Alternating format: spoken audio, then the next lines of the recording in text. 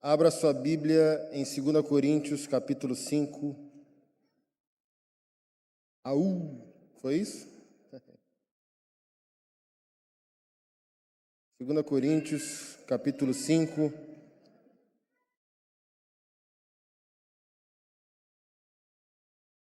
Verso 16.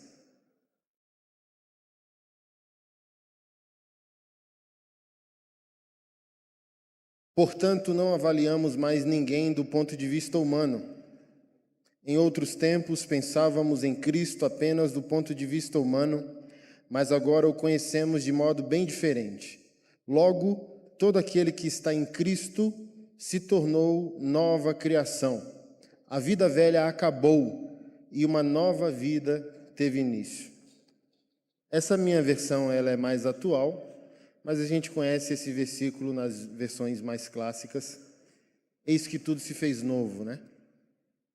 Nosso tema hoje é o que nós fazemos versus o que Deus fez. Eu quero trazer uma perspectiva que, no meu tempo de seminário teológico, era uma perspectiva mais triunfalista. Porém, na minha época, o triunfalismo não tinha tanta força banal como tem hoje. Era um triunfalismo do bem, se eu posso colocar assim, que nos dava uma consciência do ainda não e do já, da parte de Deus. Em que perspectiva? Eu não sou santo, eu, Anderson. Agora, aqui, 2021, que dia é hoje? Dia o quê? Dia 10 de abril de 2022. Eu não sou santo agora, mas eu sou santo já. Há 2000 anos eu sou o santo. Eu sou santo no decreto de Deus, eu sou santo na expectativa de Deus e eu sou santo no fato consumado. E hoje eu quero trazer uma outra perspectiva, porque nós precisamos colocar o triunfalismo no seu devido lugar. Olha, somos curados, somos prósperos, somos santos. Para alguém arrogante, a gente precisa colocar essa pessoa bíblica, teologicamente e de maneira realista no lugar dela. Não, menos. Porém, tem as pessoas que pegam esse lema e nunca avançam, nunca triunfam, nunca veem a mão de Deus prosperar, curar, transformar, estabelecer a vida daquela pessoa numa vida santa, numa vida de louvor a Deus. Então a gente tem dois extremos do mesmo problema. Um povo infantil dizendo, olha, eu sou curado, mas a doença está lá. Olha, eu sou próspero, mas a geladeira está vazia. E um povo também que diz, tanto faz. Não, tanto faz não, porque a queda de Adão e Eva não é a queda apenas da salvação, é uma queda cósmica, uma queda completa. A gente cai totalmente no pecado de Adão e Eva. Nossa moralidade cai, a arte cai, a estética cai, a política cai, financeiramente estamos caídos. Então, o Evangelho tem interesse em um conceito de redenção muito mais amplo do que entendemos. Por exemplo, quando Jesus expressava algum milagre de cura ou de salvação, a palavra grega usada quase sempre era a mesma, sozo, que diz respeito à salvação, segurança, plenitude, cura. O rapaz é curado, o Senhor despede dizendo, vai em paz, a tua fé te salvou. Mas o Senhor acabou de manifestar uma cura física e não uma salvação. Mas a perspectiva de Jesus de salvação, ela é integral, ela não é parcial. Podemos não viver os nossos sonhos, mas obviamente que a nossa vida não será a mesma em nenhum assunto. Triunfaremos como povo de Deus em tudo. E essa é a nossa realidade da cruz. Em tudo triunfaremos. Em tudo Deus, o nosso Pai, tem um plano bom, decretado e estabelecido. Cabe a cada um de nós, em nossa entrega a Deus, descobrir o que Deus pensa sobre nós, o que Deus quer sobre nós, Qual é o nosso destino profético em Deus? O que Deus sonha sobre nós? O que Deus sonha, pastor Anderson? O que Deus sonha? Porque, como eu sempre digo poeticamente, antes de Deus ter uma ideia, Deus escolhe uma pessoa.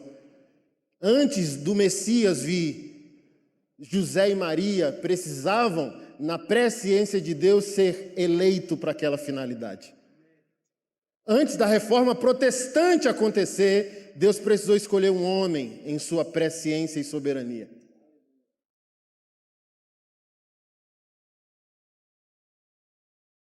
E antes de acontecer conosco, primeiro ponto, precisamos saber quem somos. Perguntei ontem aos homens, se Deus estivesse pregando para nós nessa noite, qual o testemunho dele sobre cada um de nós? Quais os pensamentos de Deus? O que Deus pensa sobre nós? O que Deus testemunha sobre nós? Deus sabia que quando estabelecesse a base de sua igreja, na doutrina dos apóstolos, dos 13, dos profetas do Antigo Testamento, que os 13 apóstolos não iriam obedecer a Atos 1:8. E aquela promessa feita através de Isaías, a minha casa será chamada casa de oração para todos os povos, ou seja, a providência divina sairia do povo hebreu, do povo judeu, e se estenderia a nós. Esse culto só está acontecendo porque a profecia de Isaías se cumpriu. A casa de oração será casa para todos os povos, e sem dúvida não há quase nenhum judeu aqui nessa Assembleia dos Santos hoje. Se tiver um descendente, olhe lá. Então a profecia se cumpriu. E Deus sabia que os 13 não iriam obedecer a Atos 1:8. E ao descer sobre vós o Espírito Santo, vocês serão minhas testemunhas em Jerusalém, Judéia, Samaria, até os confins da terra. E chuta o que aconteceu. Os 13 não obedeceram, e os 13 ficaram em Jerusalém. E o Senhor, em sua soberania, providência e graça, enxergou que tinha um homem necessário, inevitável, corajoso, apaixonado por Deus quando convertesse, chamado inicialmente de Saulo de Tarso. E foi esse homem que desprezou, por assim dizer, a religião de sua época e obedeceu Atos 1:8. E ficou até uma conta injusta. A religião sempre sobrevive assim, né? 13 apertam a mão do apóstolo Paulo, dizendo, a gente é dos judeus, você é dos gentios. Cara, que conta injusta, né? E obviamente que essa conta não foi o Espírito Santo de Deus que estabeleceu.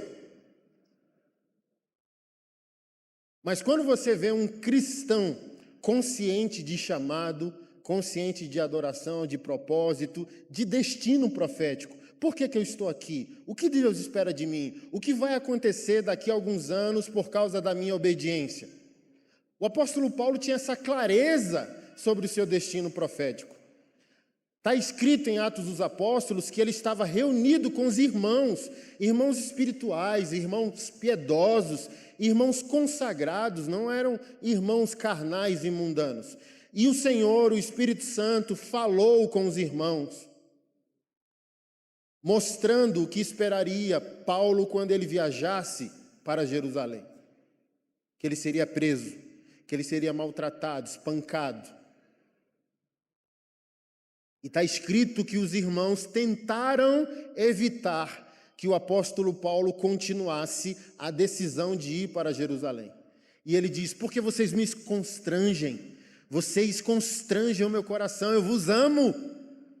Porque vocês estão tentando impedir meu destino profético. Eu sei, ele diz, eu sei explicitamente o que me aguarda em Jerusalém, porque o Espírito Santo de Deus já se adiantou. E eu estou pronto para ir, e se necessário for, morrer. Pessoas assim são raras, por isso que a maioria dos evangélicos sobrevivem e não vivem, porque não descobre qual o sonho de Deus para a vida deles. Imagina pessoas que te amam dizendo, não vá, te amamos. As pessoas misturaram o profético com o emocional. Aí o crente que não tem consciência de destino profético fala, eu acho que o Espírito Santo mudou de ideia. Os irmãos aqui são irmãos espirituais, estão chorando, querem me poupar. Aleluia! Né? Não, mas ele está convicto. Convicto.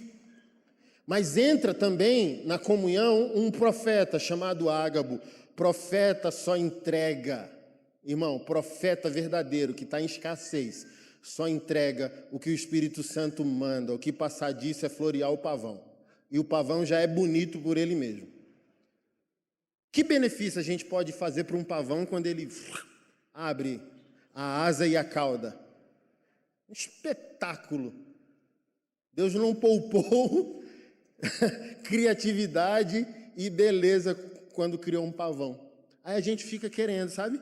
Bota um pouco de profético, um pouquinho de opinião, um pouquinho do que eu acho, um pouquinho de política, um pouquinho de... Não, só entrega. Entrou um profeta chamado Ágabo, puxou o cinto de Paulo, amarrou ele e diz, assim diz o Espírito Santo, isso vai acontecer com o dono desse cinto. Ele será preso, espancado e talvez morto. E sai. Pronto. Pronto. A maioria dos evangélicos do século XXI está igual prego no angu. Não consegue sobreviver a uma crise, não consegue ficar de pé, não consegue agradar a Deus, não consegue viver em adoração, não consegue incomodar o diabo. É o que eu sempre digo, se o diabo não perturba a tua vida, tu e ele viraram amigos e tu não percebeu. A vida do crente é uma vida atribulada com charme. Não é sofrimento para sempre, mas crente em paz é amigo de Satanás. Porque um crente não tem paz, ele é o agente de Deus, a extensão de Deus para a denúncia desse mundo caído, desse mundo perverso. Ele é o agente de Deus para a edificação da igreja.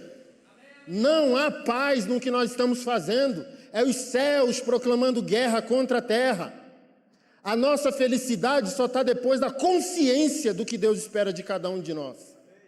Não há felicidade cristã sem propósito cristão. O Senhor não chamou a gente para uma Disneylândia, o Senhor não chamou a gente para uma aventura. Está aqui no texto de 2 Coríntios 5, por nosso intermédio, Deus faz o apelo. Deus nos usa como megafone, se arrependam!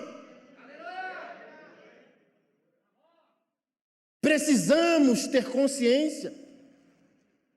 Qual é a vontade de Deus? O que Deus planejou para cada um de nós? Somos únicos.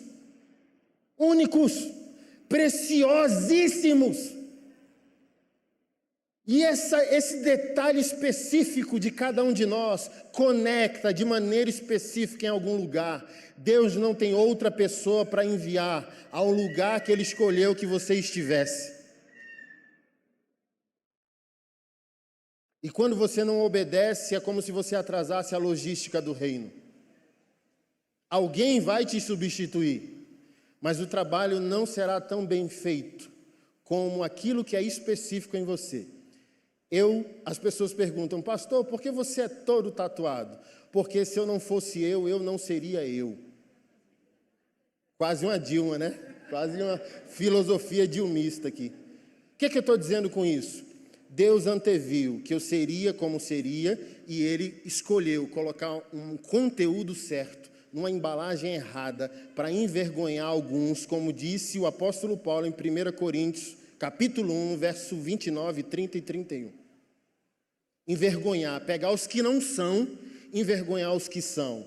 É como se um pastor sem cara de pastor fosse, na providência de Deus, levantado por Ele para cobrar aqueles que têm cara de pastor.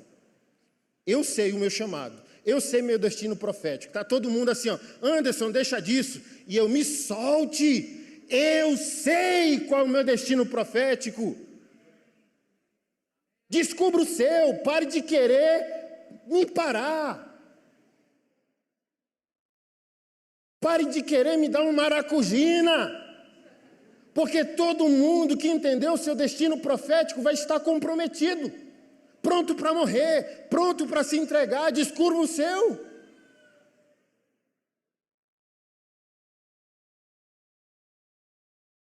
Descubra o seu.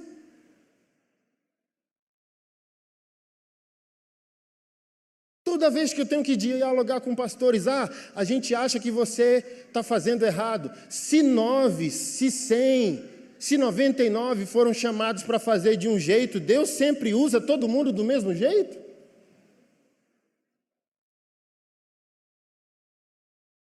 Onde que está a multiforme sabedoria de Deus? Se 9 pastores são chamados para tratar os homens da igreja com carinho, amado, querido, veja bem, você traiu sua esposa. Aí Deus levanta um Jack da vida, que já botou o marido dentro do porta-mala do carro e levou para o mato. Imagina, eu estou criança ainda na minha tática pastoral. Deus levanta uns para dizer, canalha.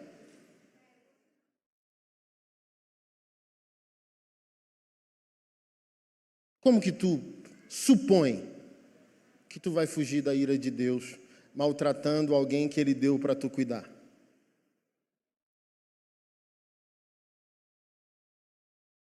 Quem recebeu e entendeu seu destino profético tem consciência de alguma coisa. E ter consciência de alguma coisa incomoda e confronta quem não tem consciência de nada. Mas ninguém aqui nasceu de novo para ser inútil. Cada um de nós tem um chamado, cada um de nós tem uma identidade no reino, cada um de nós tem um chamado profético a cumprir. Deus tem expectativas a cada um de nós, Deus tem celeiros a comunicar a cada um de nós, provisões que nós necessitamos para que esse chamado específico da parte de Deus se cumpra em nós, se cumpra por nós e se cumpra através de nós.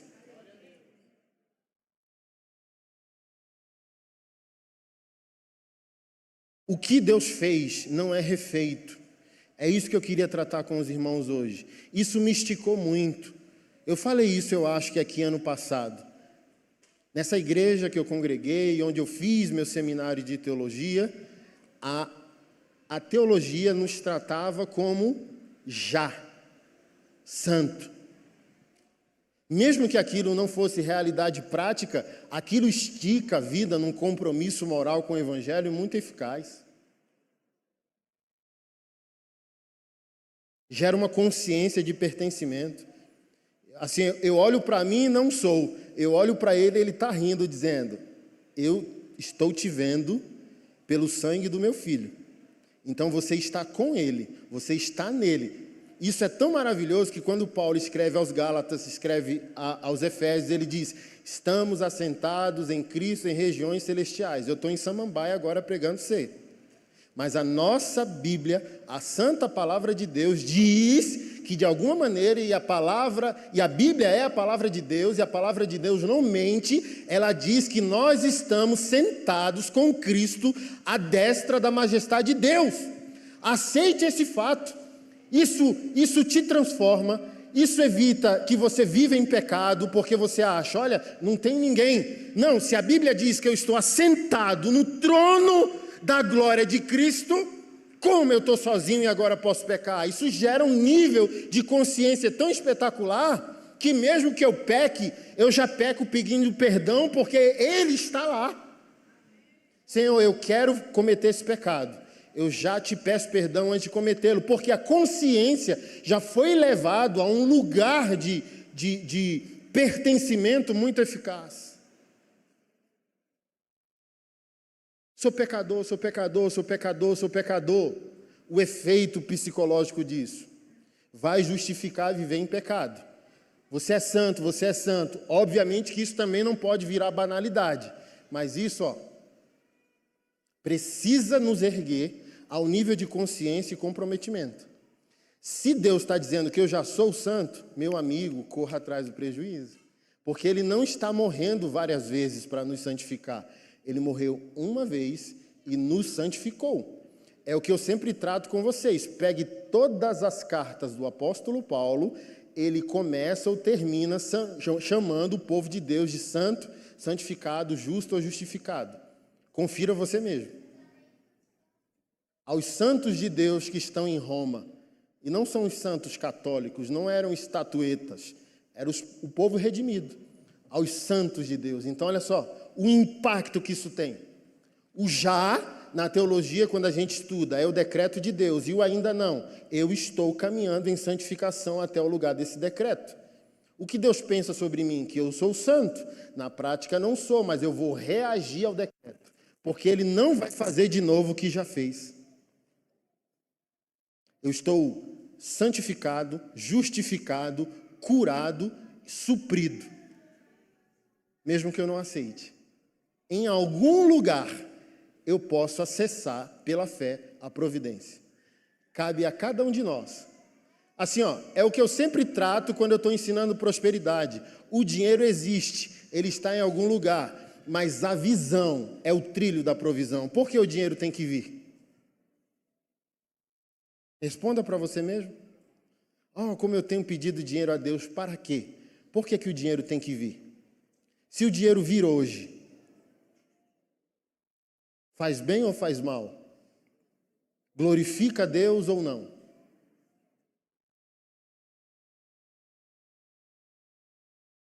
A provisão existe. A pergunta é, para que finalidade?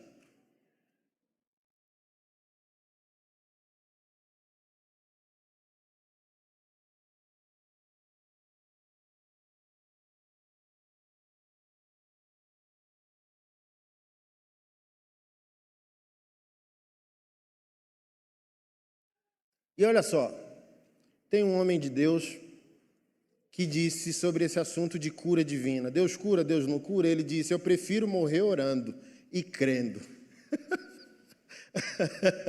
Eu vou até o fim da enfermidade, até o túmulo, crendo que Deus é bom e Ele cura, porque é melhor orar do que não orar.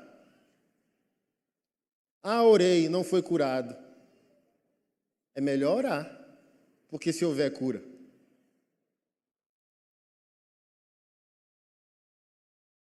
É melhor tentar do que não tentar, é melhor fazer do que não fazer.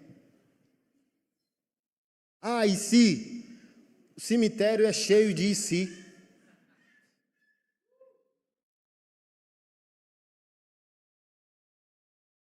Eu não quero ser um doido. Mas eu posso ter fé. Eu posso, mesmo não vendo, a gente tratou isso ontem, Hebreus 11.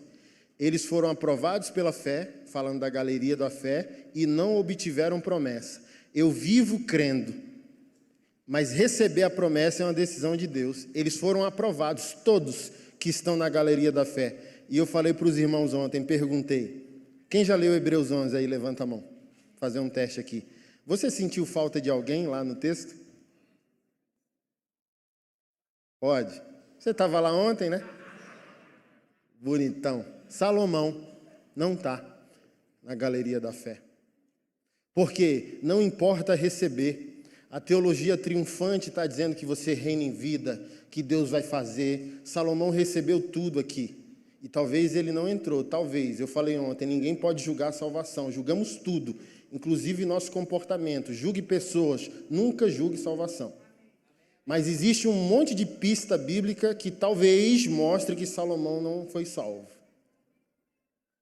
1 Reis, capítulo 11, diz que sua paixão, sua dedicação, seu amor às suas 1000 mulheres desviou seu coração de seu Deus, ao ponto que ele construiu altares e templos a abominações, Moloque e outros deuses lá, que eu esqueci o nome.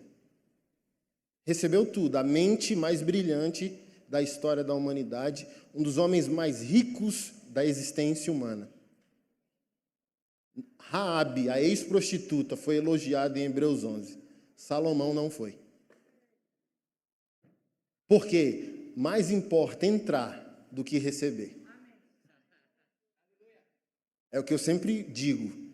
Lute para viver bem, mas morra melhor. Se morrer hoje, entra? Essa é a pergunta.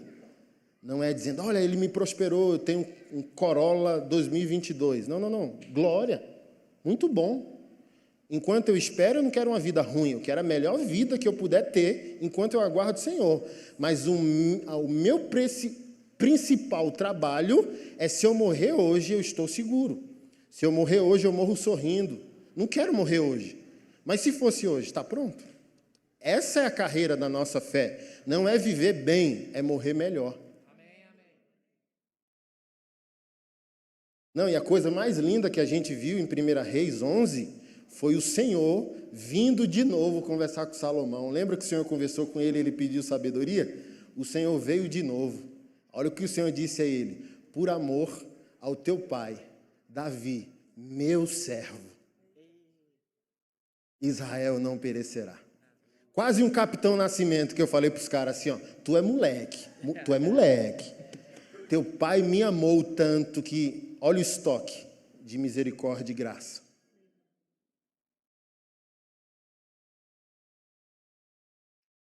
Teve a parte que Davi fez, teve a parte que Deus fez e ele acessou.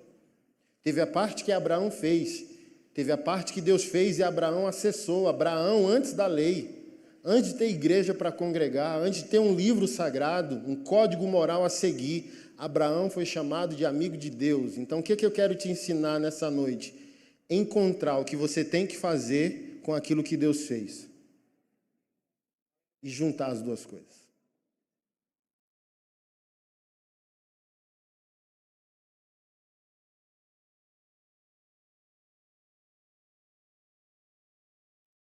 E esse texto que a gente leu não conhecemos mais ninguém do ponto de vista humano. Aqui se estabelece uma dualidade, duas realidades, o humano e o divino. Então Paulo, de alguma maneira, está dizendo, olha, nós vimos o nosso Deus, Jesus Cristo, em carne, porém não conhecemos mais ele desse modo. Agora ele volta à glória do Pai. E aqui tem duas realidades. Agora vamos trazer para a aplicação do nosso sermão hoje. Essa é a nossa perspectiva. Ele diz, olha, assim como não conhecemos mais o Senhor em carne, a ninguém mais conhecemos desse modo. É o já e o ainda não, essa é a dualidade. É Jesus em carne nos evangelhos e é Jesus glorificado na ilha de Pátimos com o apóstolo João, fazendo cair como morto diante de sua gloriosa majestade. Eu não posso lidar com Jesus apenas como homem ou apenas como Deus. Como homem e como Deus. E trazendo para nós, temos que avaliar o nele e o fora dele. Isso é maravilhoso, porque isso controla até os nossos pensamentos. Eu não sei se você luta pela sua santidade, mas quando você luta, você consegue ter controle para saber aquilo que você fala, eu não sei quando é a voz de Deus, porque não decidiu por santidade. Aí tem 10 vozes na tua cabeça, 1000 vozes na tua cabeça. Mas quando tu decide por santidade, você vai para um lugar existencial onde você consegue saber o que é você, o que é Deus, o que é o mundo, o que é a carne.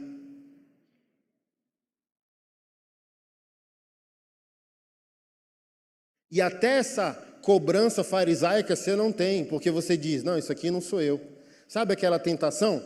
Por exemplo, vou dar uma dica do que eu estou querendo dizer, materialmente agora no exemplo. Jesus não disse que a gente não pode olhar para uma mulher. Ele disse que a gente não pode olhar para a mulher com desejo impróprio. Isso aqui, irmão, é o segredo de uma vida triunfante. Eu estou assistindo uma série com a Keila e a gente é um casal resolvido, somos amigos e parceiros. Meu amigo, se tem uma coisa nessa vida que Jesus fez de bonito, foi a mulher dessa série. Eu falo bem assim, Keila do céu, isso não é uma mulher, isso é um espetáculo da natureza.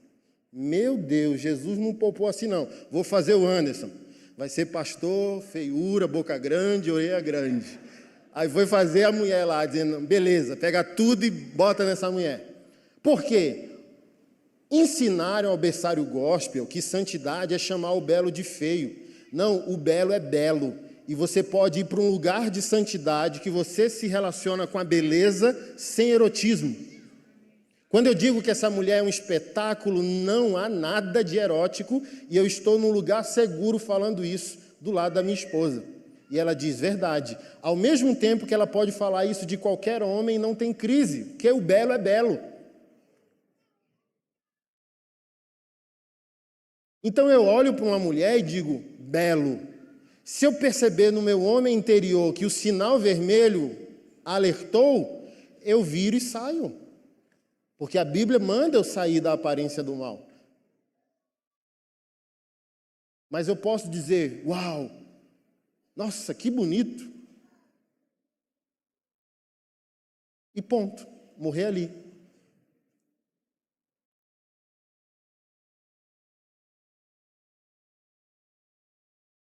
Você está entendendo o que eu quero dizer? Mas tem crente fugindo da beleza, achando que isso é santidade. Não, isso é infantilidade. E faz com que a gente não consiga ter uma vida que faça sentido nesse mundo. Imagina se a gente tiver que fugir de cada pessoa que é bonita. Vai ter que arrancar os olhos fora. Assim, ó, reconheça igual eu reconheci, que você recebeu um monte de coisa de Deus. Beleza não foi uma delas. Então aceite que você é desapropriado esteticamente e viva melhor. Eu olho assim para o Brad Pitt e eu falo, Deus é brincalhão, né? O cara nasce bonito, gostoso, milionário, né? Um bom ator, e o Anderson feio e pastor, porque não compartilha igualmente, né? Não, vou dar um olho azul para o Brad Pitt, um corpo sarado, ele vai ser ator, mas o Anderson vai ser pastor, feio e milionário. Não, ele não faz assim. Maltrata a gente, né, Robert? Mas só para você ter, o crente parece que ele vive numa bolha. Ele não consegue viver no mundo, porque ensinar um conceito de santidade alienante, alienada, fugitiva. E isso tocou tanto as relações que o que eu estou falando aqui é absurdo para parte dos casais que estão aqui no culto. O quê? Se ele elogiar uma mulher do meu lado, eu dou uma peixeirada nele. Por quê? Não sabem viver entre aquilo que você tem que fazer e aquilo que Deus fez. Não conhecemos mais ninguém desse modo. Logo, ou seja, a consequência é, se existe agora uma dualidade existencial em todo ser humano, ele é o que nós estamos vendo na Terra, em sua matéria, mas ele é também o que Deus está decretando espiritualmente em seu espírito ou em sua alma. O homem não é apenas o que se vê e o que não se vê. Ele é as duas coisas. Logo, aquele que está em Cristo é uma nova criação. As coisas velhas se passaram, eis que tudo se fez novo. O que se fez novo? A santidade de berçário diz que a coleção de CD se fez nova.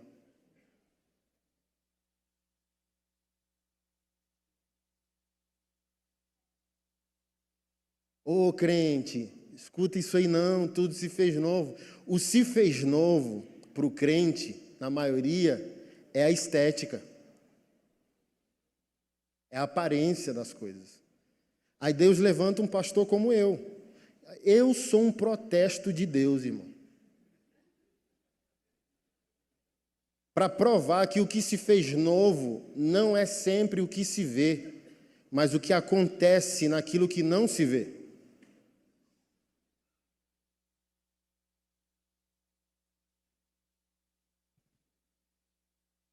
Eis que tudo se fez novo.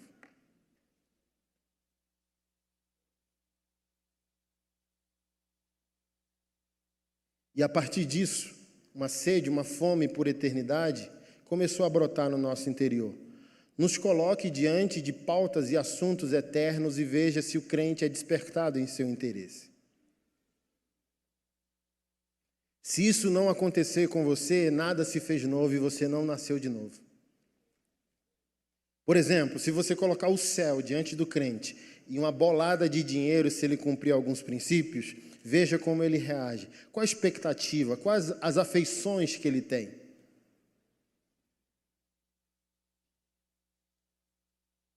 Só há novo nascimento onde há interesse eterno. Por mais que Deus possa fazer agora, e Ele faz, o novo nascimento, majoritariamente, aponta para a eternidade.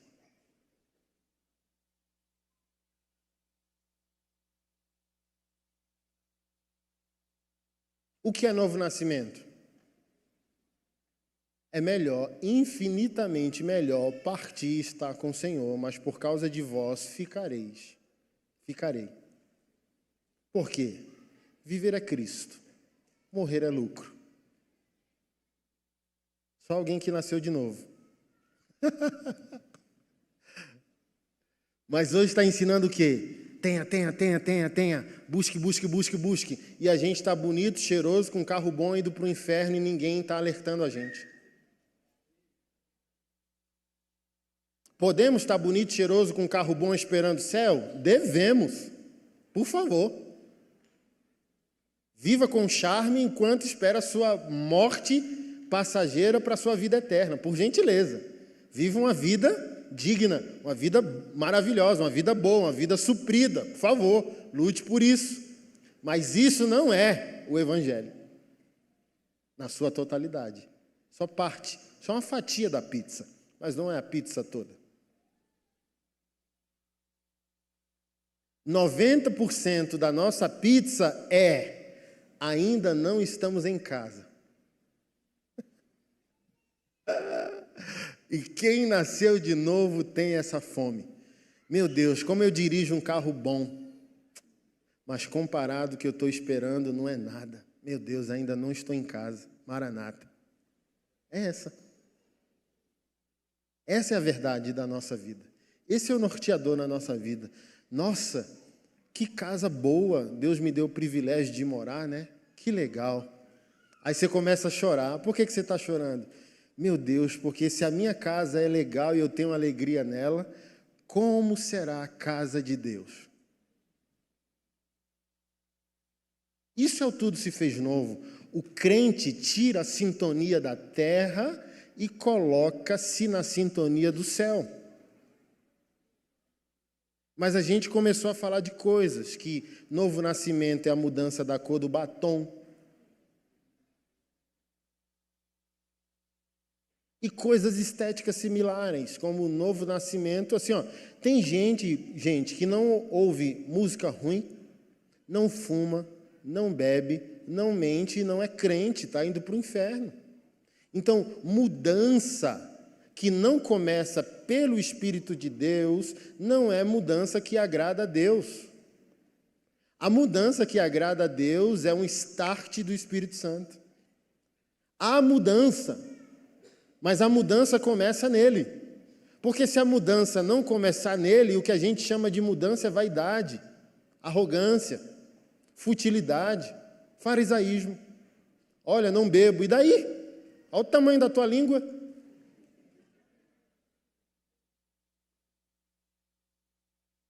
Ah, não fumo, não assisto Big Brother. Que bom! Faz bom para a vida espiritual, para a saúde mental. Não fume, não beba, não assista Big Brother. Não faça tudo isso. Não escute música ruim que denigre a dignidade humana, que ofende a santidade de Deus. Joia! Mas tem gente sem Deus fazendo o mesmo e Deus não aprova.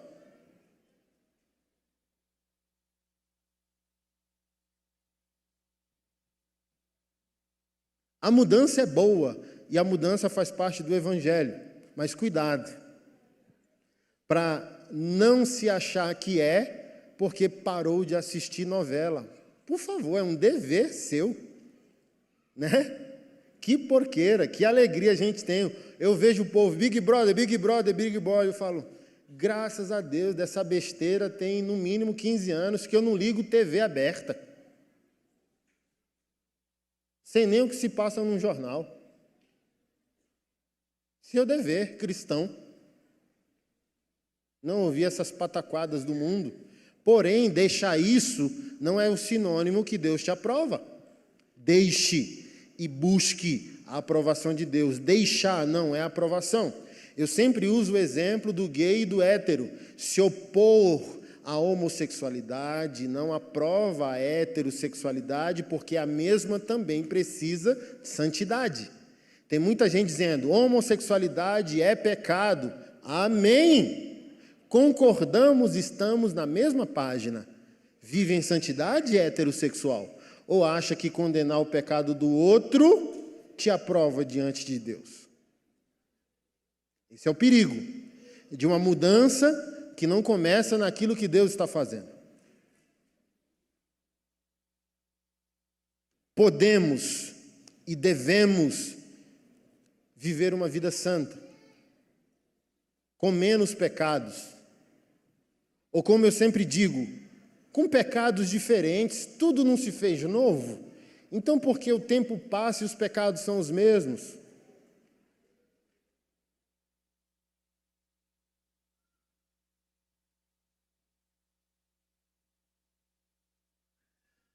Colossenses, capítulo 3.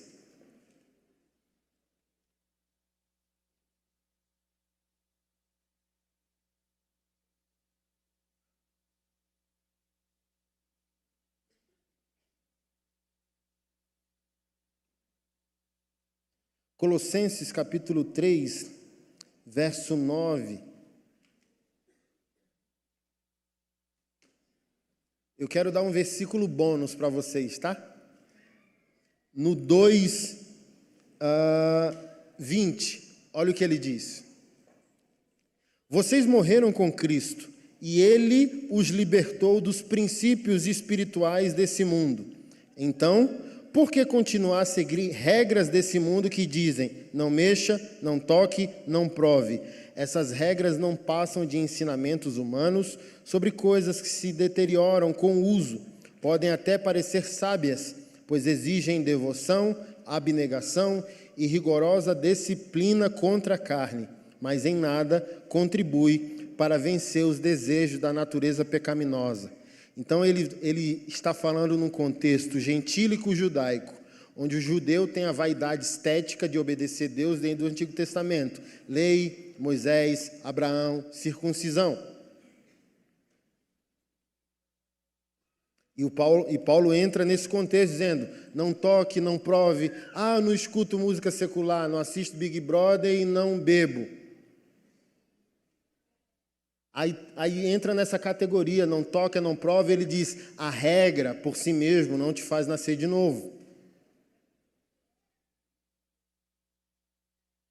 Tem doutrina humana que igreja que proíbe barba, ou impõe um terno, ou coisas similares, sabe? Que não agrega santificação. Ela gera controle do corpo, mas a sensualidade está ali. O Adão e a Eva querendo nadar, como disse Lutero, achei que o velho Adão tinha morrido nas águas do batismo, mas eu descobri que o desgraçado sabe nadar. Aí está lá o Adãozinho nadando, mas a gente, vestiu a roupa certa, como se a roupa santificasse. Na época que o Antônio Cirilo não tinha desviado para a teologia do Pablo Marçal, quando ele era crente, ele fez uma conferência em Belo Horizonte, eu acho, com Gregório McNutt, e era obrigado a usar terno. Esses homens profetas na época, descia pó de ouro, sabe, assim, a providência de Deus era tão linda, que Deus mandava sinais da bondade dele, sabe? Aí esses homens pegaram o terno e botaram no pedestal do microfone. Então, beleza, pregue aí, paletó, e saíram. Não é estética? Então que a estética pregue.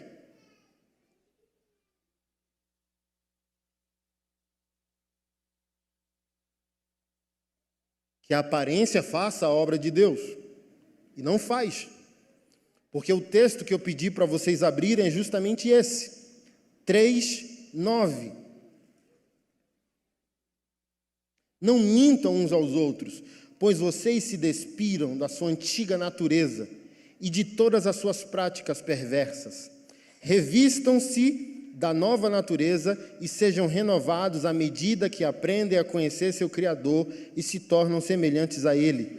Nessa nova vida, não importa se você é judeu ou gentil, se é circuncidado ou incircuncidado, se é culto ou inculto, se é escravo ou livre, porque tudo o que importa é que ele vive em todos. Olha o que o apóstolo Paulo está dizendo. Ele está falando sobre um passado e um presente e futuro. Vocês se despiram da velha natureza. Fato passado. Nasci de novo, a velha natureza é morta por Cristo Jesus. Ato dele. Vocês morreram. Estão mortos em Cristo Jesus. Porém, revistam-se. Ele não diz, Deus vai vos revestir. Revistam-se. Deus tomou uma decisão que inspira que eu tome outra decisão. Deus matou minha velha natureza, mas ele diz, é decisão, obrigação sua, agora tomar a decisão pela nova. Eu posso viver debaixo da providência do que ele fez, mas eu tenho decisões de fé a serem tomadas. Eu não vou ser santo porque ele decidiu.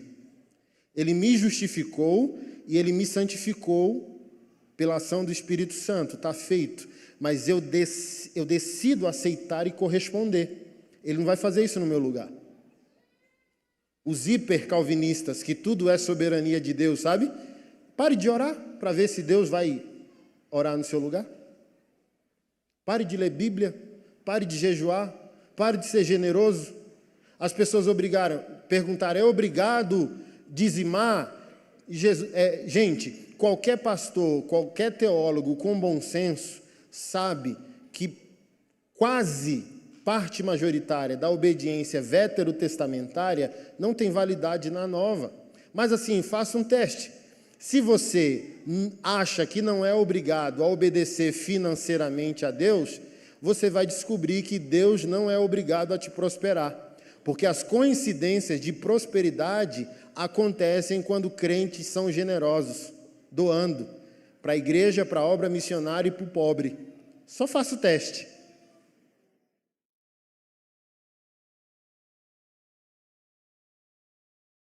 Então as pessoas acham que não há encontro entre aquilo que Deus faz e aquilo que elas precisam fazer. Eu fui justificado por ato de Deus. É minha obrigação honrar a justificação pela santificação e me tornar santo.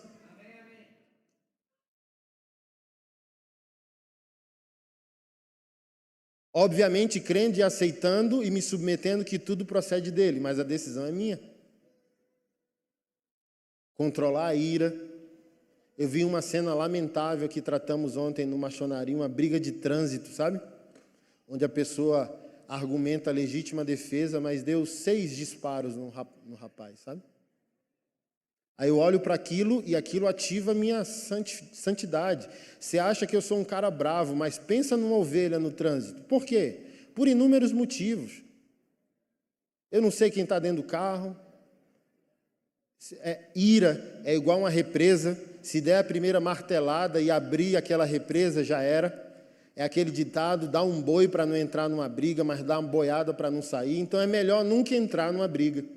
Eu decidi isso no trânsito. Sim, ó, é meu protocolo de santidade, meu protocolo de sobrevivência. Bateu em mim. Tem um mês que eu estava levando os meninos, bateram em mim no centro. Pai, bateram no carro, não vai descer não? Não, carro é carro. Bateu onde? Arrancou aqui o para-choque. E o caminhoneiro buzinando. Bateram no carro, arrancou o para-choque. É só um para-choque. Porque se eu parar, Adão vai nadar. E se Adão nadar, eu perco Deus, perco a paz, perco os frutos do Espírito, a compaixão, a misericórdia. Tenho 4 filhos, tenho uma esposa, tenho um testemunho, tenho um ofício pastoral a zelar. Você não me quer na capa do Correio Brasiliense, então é melhor ir embora. Para-choque é só um para-choque. E eu decidi isso quando Adão nadou. Eu dei esse testemunho. Meu primeiro carro foi um Gran Siena, saindo da igreja aqui num culto abençoado. Não tinha o Estevão, eu acho que também não tinha o Tiago, só o Paulo e o João, tanto filho, né? E o cara bateu no meu retrovisor. Pensa numa ira. E eu fui atrás, ó, família dentro do carro, olha que situação. Família dentro do carro, eu correndo, igual um alucinado. Adão nadando assim, vai lá, né? Defende tua honra, tu é macho, não sei o quê. E a Keila, assim, com todo zelo, educação precisa, cirúrgica, perguntou, meu bem, você pode responder uma dúvida? E eu, bravo, né? O que foi, mulher? E ela falou bem assim, o que você vai fazer quando você parar o carro do cara? Aí a gente entrou numa unção do riso, diante de Deus. O Espírito Santo entrou no carro e eu comecei a cair na gargalhada. Porque eu falei bem assim, nada, não vou fazer nada. Então ela falou, pegue o primeiro retorno e vamos embora. Porque de fato eu não iria fazer. O que é que eu vou fazer? Fechei o carro. Sou crente, nasci de novo, batizado com o Espírito Santo. O amor de Deus está aqui, Romanos 5 prova que aquele que recebeu o Espírito Santo recebeu junto o plus do amor. Praticando ou não, o amor de Deus derramado pelo Espírito Santo está aí dentro. Então eu paro o cara e vou fazer o quê? Nada, eu vou fazer nada. Porque eu nasci de novo. E mesmo se agisse, juridicamente eu perco todos os direitos, porque 10 minutos depois, meia hora, meio-dia, um dia, uma semana depois, o cristão quer lá e honrar alguma coisa, sabe? Seu nome. Perdeu Deus, perdeu a proteção do ordenamento jurídico, porque vingança não é justiça. Então, você está vendo que você precisa responder ao que Deus fez. Isso precisa se encontrar, porque Deus não vai fazer no seu lugar.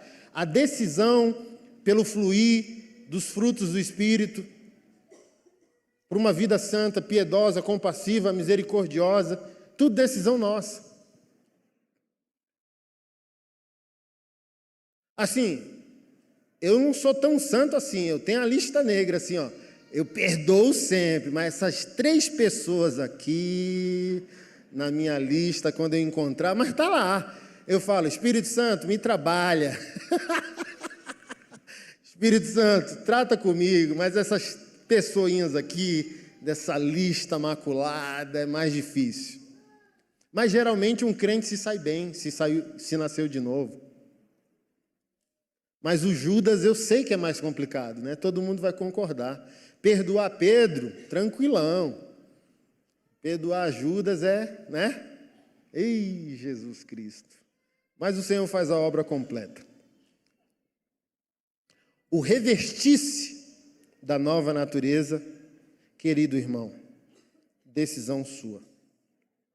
Para a gente encerrar a palavra, Romanos 8.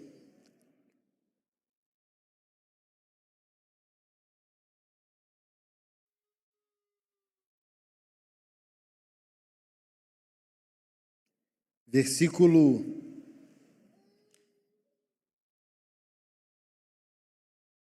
28. Romanos 8, 28. E sabemos que Deus faz todas as coisas cooperarem para o bem daqueles que o amam e que são chamados de acordo com o seu propósito. A gente vai continuar, primeiro parêntese. Crente gosta de slogans. Um dos slogans do crente é todas as coisas cooperam. Eu já preguei isso, se não foi ano passado, foi ano retrasado. Não, respeite o texto. Respeite o texto. Não crie frases de efeito. Calma aí, todas as coisas cooperam. Não. O que eu disse nos 10 primeiros minutos do sermão? Destino profético, consciência de identidade, consciência de obediência, consciência de vocação. Sem isso, todas as coisas não cooperam. O texto é claro. Todas as coisas cooperam para o bem dos que foram chamados segundo o seu propósito. Não coopera porque você é evangélico. Não coopera porque você vai no culto, coopera porque você ama, e esse amor a Ele te deu consciência de chamado e de propósito. Todas as coisas cooperam para o bem daqueles que amam a Deus, e quem ama se entrega, se dedica, obedece, se envolve, se apaixona, se indigna, frutifica. Todas as coisas cooperam para o bem dos que amam a Deus e foram chamados. Interiormente, esse chamado compromete, justifica, santifica, modifica, empodera, estabelece e envia. Todas as coisas só cooperam se você pulou dentro do propósito de Deus. Deixa eu falar um negócio para você. Para quem entrou na vontade de Deus, até o que está dando errado está dando certo. Porque só dá errado porque ele tem um propósito. Imagina, tu se entregou, tu sabe organizar a tua existência? Tuas melhores intenções são limitadas. Meu Deus, que plano bom que eu tenho. É ruim ainda. Se você se entregou a Ele, Ele diz, ó, já foi. Você fica envolvido agora na providência divina. Tudo que vai acontecer, aquelas coisas, pessoas entraram na nossa vida igual um meteoro, pessoas saíram da nossa vida que a gente falou, misericórdia, o fulano, eu achei que era siamês meu. Guerras nas famílias, porque o Senhor disse, às vezes a tua obediência a mim fará com que os inimigos do homem sejam de sua própria casa.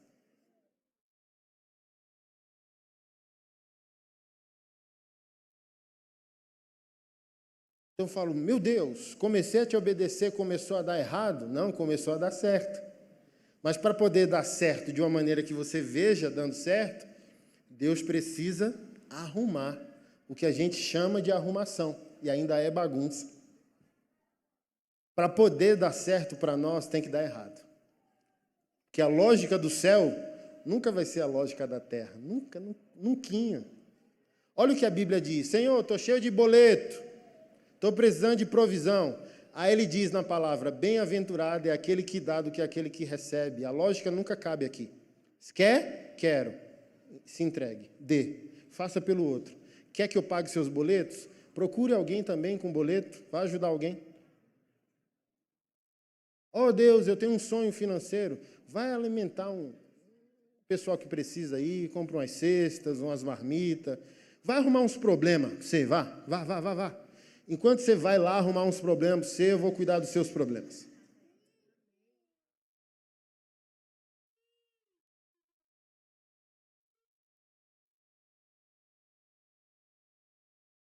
Pastor, prove na Bíblia que para dar certo tem que dar errado. Jesus venceu com uma derrota.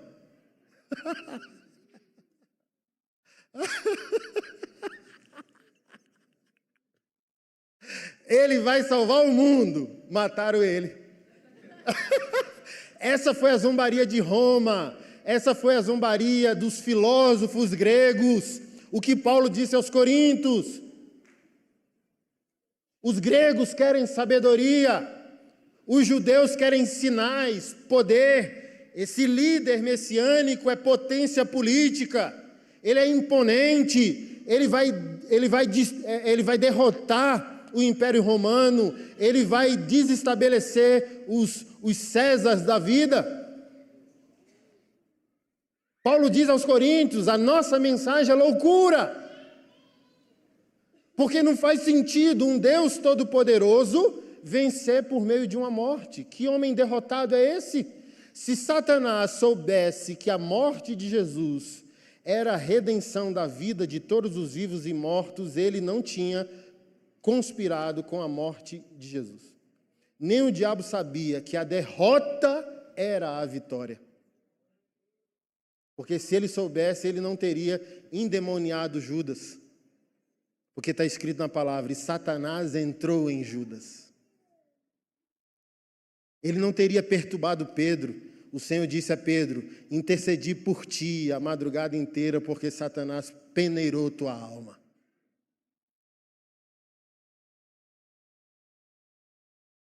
Se Satanás soubesse, irmão, ele ia ficar tranquilo. Não vou nem mexer com isso. Para poder dar certo para o povo de Deus, tem que dar errado. Porque o que a gente chama de certo é errado. Os nossos melhores planos estão maculados. Os nossos melhores planos são limitados. Continua o texto. Ou vamos ler de novo, para fixar. Sabemos que Deus faz todas as coisas cooperarem para o bem daqueles que o amam e que são chamados de acordo com o seu propósito. Pois Deus conheceu de antemão os seus e os predestinou para se tornarem semelhantes à imagem do seu Filho. Porque tudo tem que dar errado na sua vida para poder dar certo, porque a gente só ouve por meio do problema, e o problema parece que santifica mais a gente do que a solução. Deus deixou você bonito, gostoso e milionário. Parece que aquilo desestimula a tua obediência. Ninguém obedece financeiramente quando prospera. Ninguém obedece, parece, quando tudo vai bem. Então, o ser humano tem uma tendência a nadar com Adão nas águas do batismo. Só procura Deus para resolver problema. Martinho Lutero disse: meus sofrimentos são as minhas mestras de teologia. Infelizmente, o ser humano aprendeu a obedecer por meio do que aprendeu a sofrer. A natureza humana, né, ela é indisponível à obediência. O escritor de Hebreus diz que o próprio Senhor Jesus aprendeu a obedecer por meio do sofrimento. A matéria humana, ela é antipática à vontade de Deus, ela não quer, ela milita contra a santidade e o propósito de Deus. Então, a predestinação de Deus é conforme a semelhança do seu Filho. Tudo que vai acontecer, certo ou errado, de bom ou de mal, tem um objetivo final. Que objetivo é esse? Nos tornar semelhantes ao Filho de Deus, a fim de que ele fosse o primeiro entre muitos irmãos. Depois de predestiná-los, os chamou. Depois os declarou justos. E depois de os declarar justos, deu-lhes a sua glória. Tudo no passado. É o que somos. Naquilo que Deus fez. Quem você é? Sabemos. Essa igreja só prega sobre sua condição na perspectiva do pecado original. Agora, quem você é na perspectiva de Deus? E você precisa juntar as duas coisas. Aqui não sou, lá já sou. Como unir? Como buscar? Ah, se Deus é soberano, eu não vou orar porque minhas contas estão atrasadas. Você não vai ver coincidências sagradas. As coincidências são mais frequentes quando obedecemos e oramos. Só faça o teste. Ah, Deus sabe, mas esse é o charme, Ele sabe mesmo. Mas Ele nos chamou à ação, junto com Ele. A ação criativa. Quando um crente ora, coisas se transformam, coisas mudam, cenários mudam.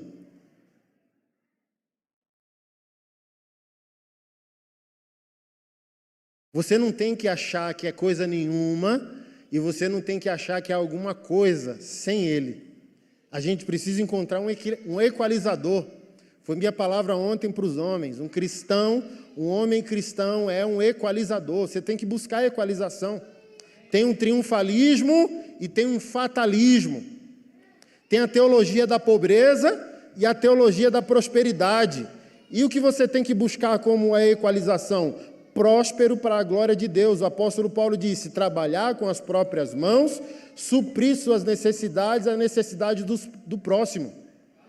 Há uma prosperidade. Há um lugar de transformação, de triunfo, de cura.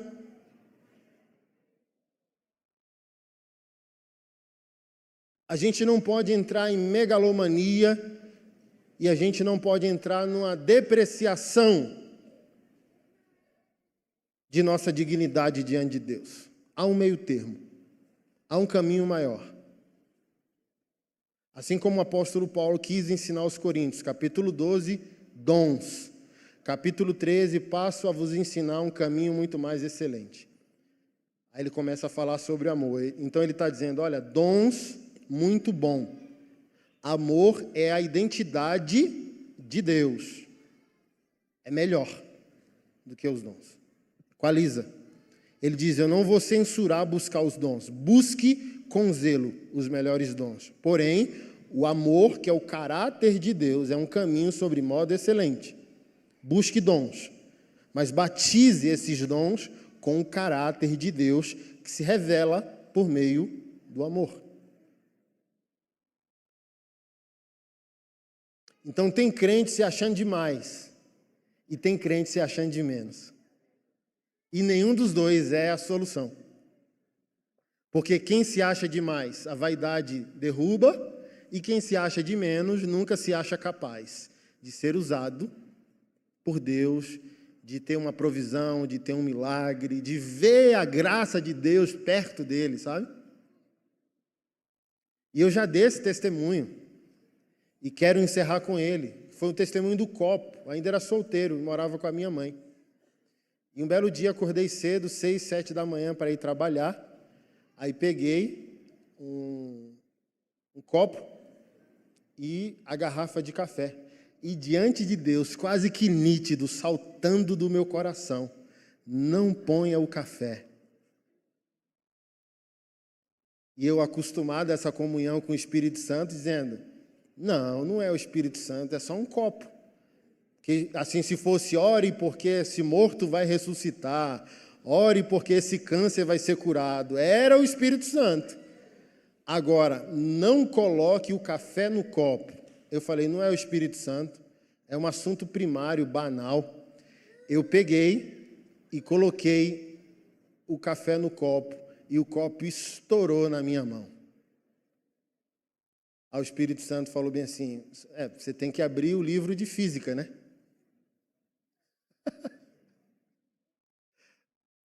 Do tipo assim, ó, o mármore lá da casa da minha mãe, os copos dormiram lá. Estão gelados. Você está aqui? Aí você vai pegar um café quente, botar numa plataforma gelada, e qual vai ser o resultado? Aí eu fiquei chocado, comecei a chorar. Espírito Santo, mas é só um copo, mas eu moro em ti.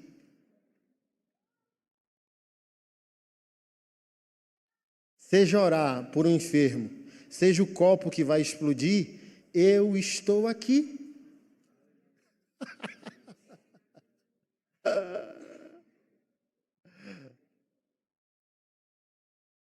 Essa é a dicotomia. A vida é secular, o domingo é sagrado, mas o Espírito Santo vai sair com você quando esse culto acabar.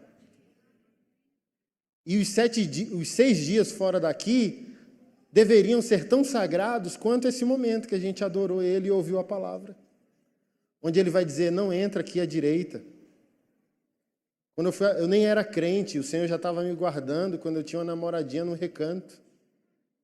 Não desce por aqui, fui assistir Flamengo e Vasco, uma final.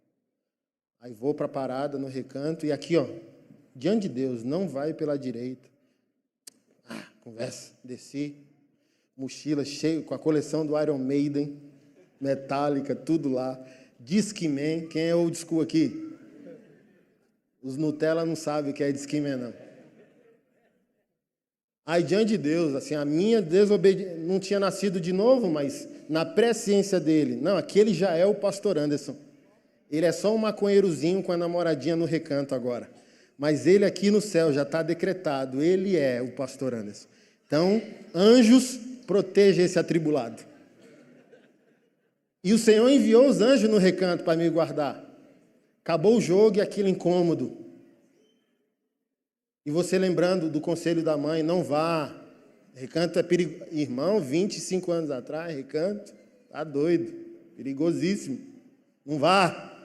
Aí eu falei, rapaz, desobedeci, né? A mãe, o segundo Espírito Santo, às vezes, né?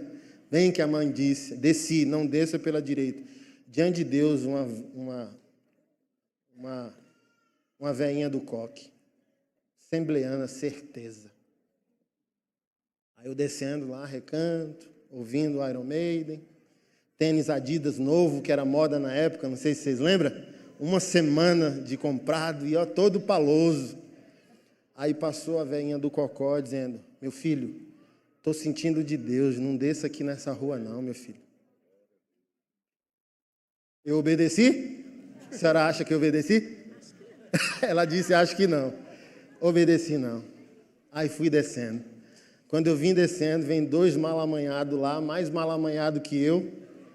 Assim, ó, quando você vê o cara aqui, ó, dançando com as mãos para trás, irmão, quando ele dançou com a mão assim, ó, que veio e já veio com a arma, bora, perdeu. O cara me deixou só de cueca.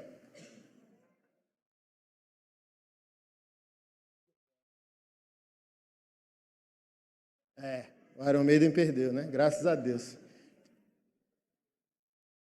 O que eu estou querendo dizer com isso? Quando Deus tem um propósito com alguém, convertido ou não, a graça já está lá. Você pega a morte dos mamonas assassinas. 1 mês antes, o Senhor dando sonhos proféticos do avião caindo. Deus tem interesse no ser humano. Cemitério é o lugar de profecias não concluídas. Igrejas que não nasceram. Sonhos que não foram empreendidos. Homens e mulheres que não viveram seu destino profético. Mas o Senhor fez o chamado.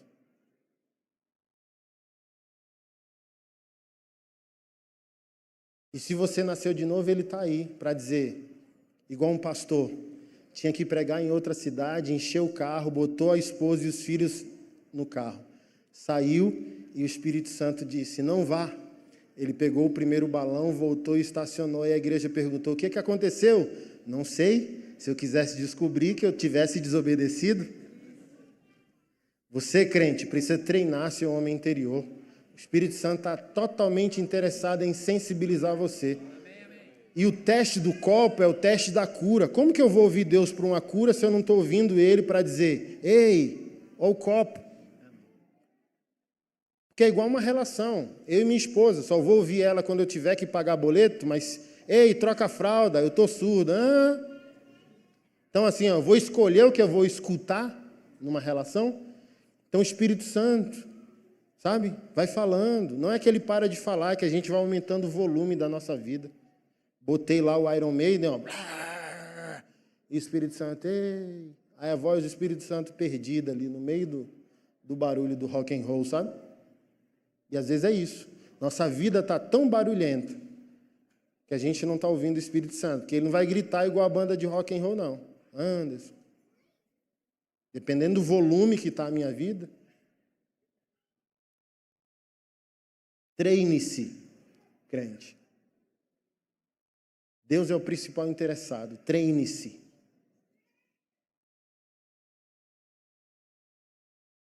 Tu estás aqui? Deus é bom. Hoje a gente vai celebrar a ceia do Senhor. Já faço uma recomendação a vocês. Eu estava dirigindo essa semana e parei ali em Taguatingaçu, frente a uma igreja católica, 3h da tarde. Estava tendo uma missa. Aquilo me constrangeu tão grande, sabe? Me constrangeu pelo horário, pela liturgia, pelo respeito ali. As pessoas estavam cantando, o padre estava lá ministrando os sacramentos, e eu me fazendo perguntas, onde está a nossa reverência? 1 Coríntios 11, avalie, pois, o homem a si mesmo, que você avalie mesmo, porque o objeto da ceia não é você. A nossa igreja é sempre generosa de dizer, a ceia é lugar de inclusão, mas pensa bem mesmo, o texto diz, não coma nem beba a sua própria condenação. A ceia não é se você vai se sentir bem ou não, útil ou não, excluído ou incluído. A ceia é sobre a santidade do Senhor, que outras religiões estão respeitando mais que nós.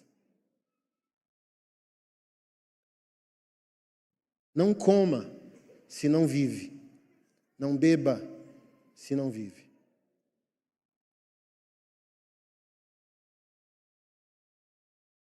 Que o texto é sério. Aquele que não examina a si mesmo, come e bebe sua própria condenação.